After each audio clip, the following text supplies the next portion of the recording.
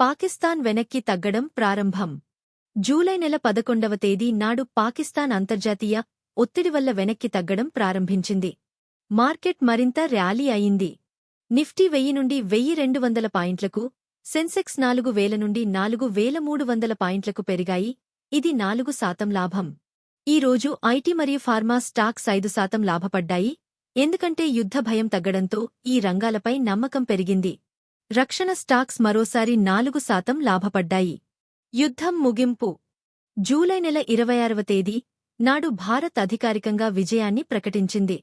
పాకిస్తాన్ సైనికులు పూర్తిగా వెనక్కి తగ్గారు. కార్గిల్ యుద్ధం ముగిసింది. ఈ విజయం వల్ల మార్కెట్ భారీగా ర్యాలీ అయింది. నిఫ్టీ 1200 నుండి 1270 పాయింట్లకు, సెన్సెక్స్ 4300 నుండి 4500 పాయింట్లకు చేరాయి. ఇది 3% లాభం.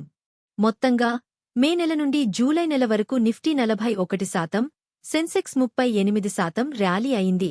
ఈ రోజు మార్కెట్లో ట్రేడింగ్ వాల్యూమ్ బాగా పెరిగింది. అన్ని రంగాల స్టాక్స్, బ్యాంకింగ్, ఐటీ, ఫార్మా, రక్షణ లాభపడ్డాయి. ఈ ర్యాలీని యుద్ధ పజిల్ అని పిలుస్తారు. అంటే యుద్ధం ముందు భయం వల్ల మార్కెట్ పడిపోతుంది, కాని యుద్ధం సమయంలో అనిశ్చితి తగ్గడంతో మార్కెట్ పెరుగుతుంది.